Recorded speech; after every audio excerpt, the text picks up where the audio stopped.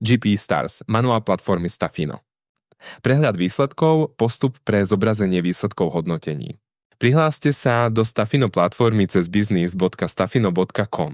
Po prihlásení je potrebné vybrať si príslušnú kampaň, v ktorej sa nachádza dotazník. Po kliknutí na kampaň sa dostanete do výsledkov v hornom menu kampane. Na výber sú záložky s jednotlivými otázkami z dotazníkov, ktoré je možné filtrovať pre zvolené obdobie. Podrobný prehľad všetkých hodnotení nájdete v časti Feedback Management. Opäť je možné filtrovať pre zvolené obdobie. Ďalšia časť, zmena dotazníka, otázky a obrázka na Thank you page. Táto časť slúži na úpravu otázky a obrázka, ktorý sa nachádza na poslednej stránke dotazníka, ktorý sa zobrazuje na platobnom termináli PAX. Po prihlásení je potrebné vybrať si príslušnú kampaň, v ktorej sa nachádza dotazník. V hornom menu kampane je potrebné kliknúť na Flow Editor. V zozname dotazníkov si vyberiete ten, ktorý chcete upraviť a kliknutím na dláždicu sa dostanete do editora dotazníka. V editore dotazníka kliknite na obrázok v časti Page 1. V pravej časti sa zobrazí nástroj na editáciu dotazníka, kde môžete zmeniť otázku a štýl hodnotenia. Po zmene otázky je potrebné dotazník aktualizovať kliknutím na tlačidlo Publish v pravej hornej časti editora.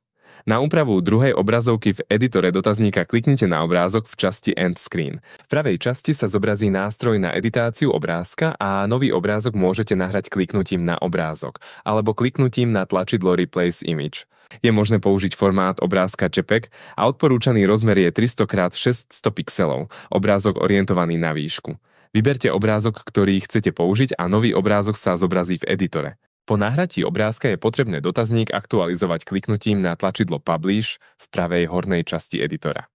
Aktualizácia dotazníka na termináli nastane automaticky po prvej úspešnej transakcii, na ktorej zbehol dotazník. Konečná časť. Zmena časového limitu pre zobrazovanie jednotlivých obrazoviek na termináli. Po prihlásení v hlavnom prehľadovom okne je potrebné ísť do Settings a následne kliknúť na Devices.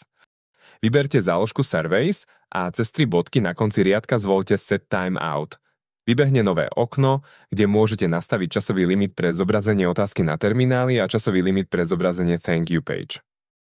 Aktualizácia dotazníka na termináli nastane automaticky po prvej úspešnej transakcii, na ktorej zbehol dotazník.